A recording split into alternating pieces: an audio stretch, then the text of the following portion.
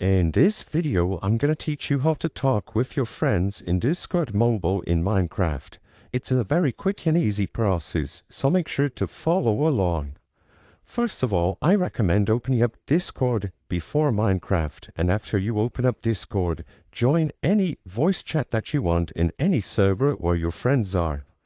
After joining the voice chat, you should be able to see the notification over here, voice connected, tap to return to call.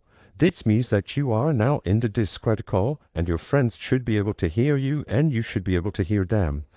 The next step now is to open up Minecraft to start playing with them.